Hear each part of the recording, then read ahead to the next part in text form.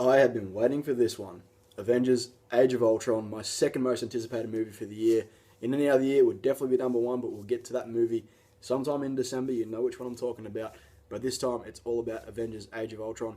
I got to check this one out in IMAX, in 3D, and I got to say, that is the way to go see this movie because it is just awesome. It's one of those movies that really, really brings home the whole cinema experience for you.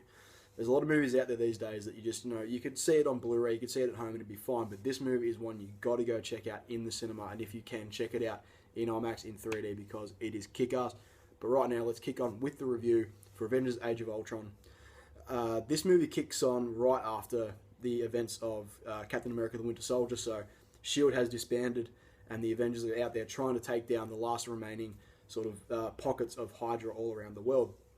And during one of these raids, Tony Stark comes across a bit of technology that will allow him to kick off the Ultron program, which is a AI sort of defense network that will be in place if the Avengers can't help out, or to help out the Avengers, something like that.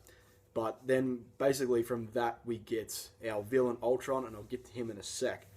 So this movie is directed by our geek overlord Joss Whedon. All the Avengers are back, we all know who they are, but the new characters that are introduced are Ultron, played by James Spader, Quicksilver, played by Aaron Taylor-Johnson, and Scarlet Witch, played by Elizabeth Olsen. And all these new players did really good in all of their roles. James Spader's voiceover for Ultron was really, really cool, very, very menacing, very, very funny at the same time. I thought his character was really, really cool, and a great foil for the Avengers.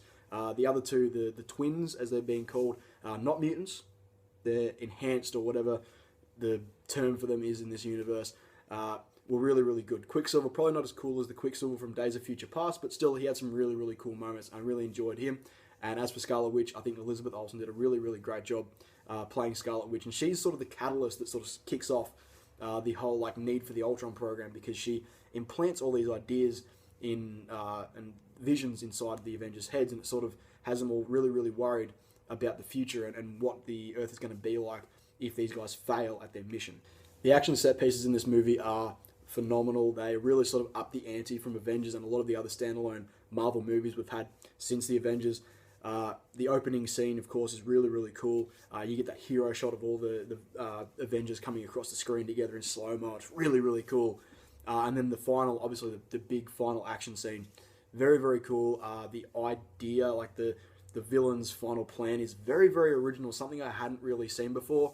When you look back at Avengers, yeah, it's a cool movie, but the idea of aliens invading Manhattan, I think we've seen that a few times, whereas this one, very, very different, very, very cool, and I really got behind that.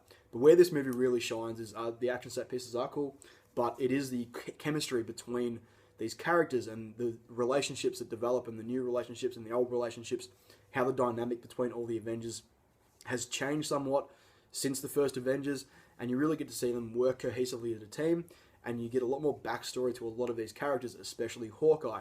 He really, really gets to shine in this movie, and I really, really loved where they took his character. He became like a central part of this team, and it felt like with the Avengers he got left out a little bit, whereas this time around he was pretty much the glue holding this whole team together, which I really like, because when they finally expanded on his character, I really like where they went with that. It was really good. But the other relationships you get, especially with Cap and Tony, now there was a few seeds planted for what will eventually happen in Civil War, but I don't think enough was done to sort of put that animosity in between them and have them really, really going at each other. Obviously, they will expand that more when we get to Civil War, and we'll have them actually going at each other. But for now, it really felt like at the end of the movie, they were still on the same page. And I understand there have been a few criticisms leveled at this movie, but I will say, yes, it's not a perfect movie, but then again, what movie is? There's no such thing as a perfect movie.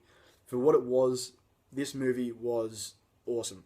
It had all the cool action set pieces. You got to learn about these characters more. It had a great villain in Ultron. I thought he did a really good job. And just overall, I watched this movie with the biggest, stupidest grin on my face for the entire time. And that's what you want from a movie like this. You go into it expecting a cool action movie, and that's exactly what you got. It was great.